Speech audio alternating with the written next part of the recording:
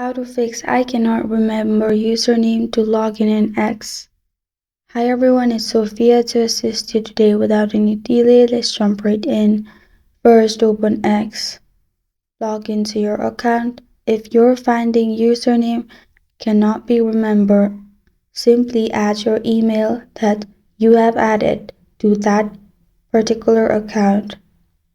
After that, you can simply find same problem. If you find same problem, go to Gmail and then search for specific X notification in here, or simply you'll find X email in here. Simply click on it and you can find your username option on top. After that, you can simply copy the username and add. And this is how to fix if you cannot remember username to log in X. Thank you for joining me today. If this video helps you out, please leave a like and subscribe for more. Got a question or want to suggest a topic? Comment below. I'm Sophia signing off. Until next time.